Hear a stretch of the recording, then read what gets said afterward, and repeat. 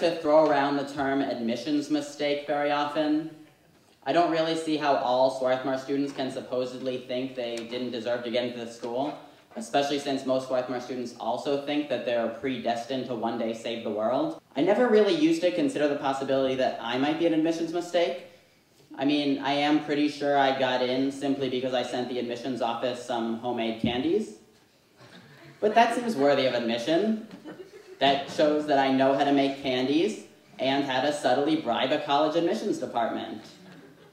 Those are just useful life skills. Plus, the admissions department does say they never make mistakes, but I kind of feel like you can only really declare yourself an admissions mistake if, since being admitted, you've done something to personally and gravely offend the head of the admissions department. And that's what brings me to the story I'm going to tell you tonight. We've got April Fools coming up, so perhaps this can be a cautionary tale, which I learned the hard way last April Fools.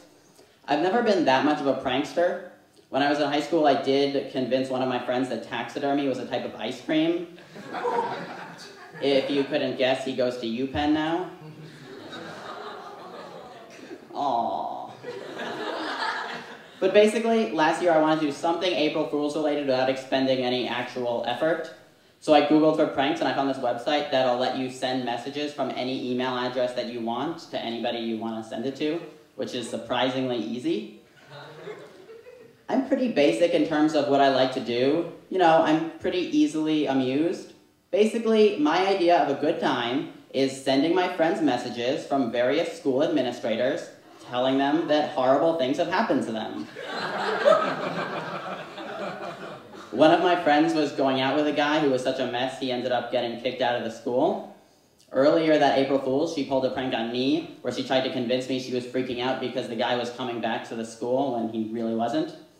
So I sent her an email from the housing dean telling her not only was he coming back to the school, but also that he had requested that they share a dorm room together.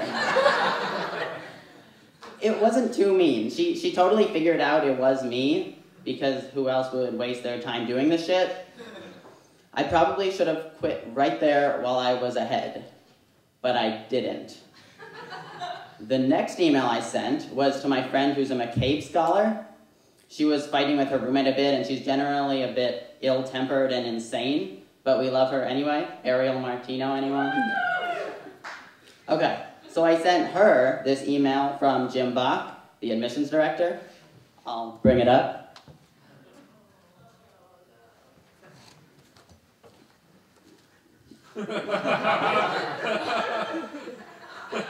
I'm not endorsing this, but I will read it. I'll read it right now. Dear Ariel, I have recently been informed by your CAPS counselor that you are increasingly unhappy here and may be on the verge of a nervous breakdown.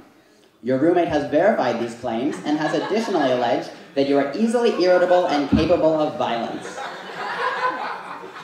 As you know, we expect our McCabe scholars to be happy and vibrant members of the Swarthmore community, and your McCabe scholarship depends on a mental sanity clause.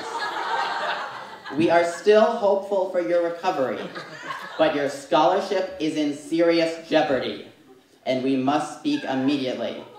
Please acquire a lawyer and a character witness and see me in the next 2 days. Regards, Jim Bach. Okay, let me make something clear. She knew the minute she read this email that it was a joke. The problem was she didn't know who the joke was from. She's friends with Jim Bach, and yeah, she thought that Jim Bach was in on the prank. So, instead of just disposing of the email, she replied to it. And that email didn't go back to me, it went to the real Jim Bach. In retrospect, I probably should have foreseen this possibility. Anyway, I've got her reply right here. She figured she'd play along with the prank email that she thought she got from Jim Bach. So she said, Mr. Bach, the lawyer and character witness won't be necessary. I've decided to leave by my own accord. I'll have moved out by Friday. Thank you for the wonderful opportunity. My time as a McCabe Scholar has been great. A tip for next year, though. You might consider background checks. My violent history has dated back to the 2nd grade. So, yeah. Now let's put ourselves back into Jim Bach's shoes. He does nothing to initiate any of this, and then he gets a reply to an email he didn't send about violence and scholarship revocation, and then the reply tells him that one of his favorite McCabe Scholar students is leaving the college. This was such a poor idea. I've got his response coming up here. Ariel, I just opened this email, and I was a bit surprised to see a response to me to an email I did not write or send to you. I'm concerned that someone created a fraudulent email, and even if sent in jest on April 1st, this is a serious issue. Please let me know if your response was just sent in jest or if you're experiencing any difficulties. Thanks for taking the time to respond. So, to make a long story short, I emailed him and fessed up and reminded him that I was the one who sent him the homemade candies. I have his reply right here. Peter, thank you for taking responsibility for this and for doing so quickly and without hesitation.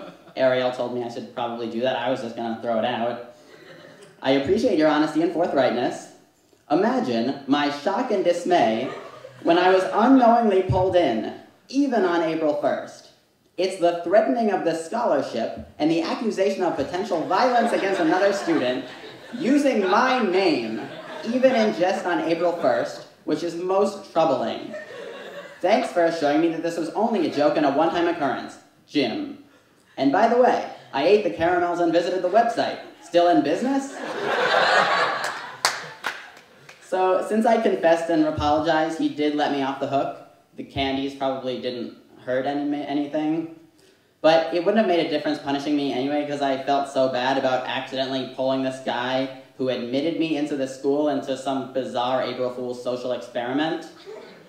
The thing that kind of troubled me the most is that for a while I really couldn't even imagine what was going on in his head when he first got this email. Maybe alarm mixed with disgust and a hint of pity. I've thought about it for a while, and it wasn't until I got ready to write the story that I really sort of figured out his psychology. I can now imagine him sitting at his desk, quizzically staring at my ridiculous debacle, and thinking, so we do make admissions mistakes. Thanks, guys.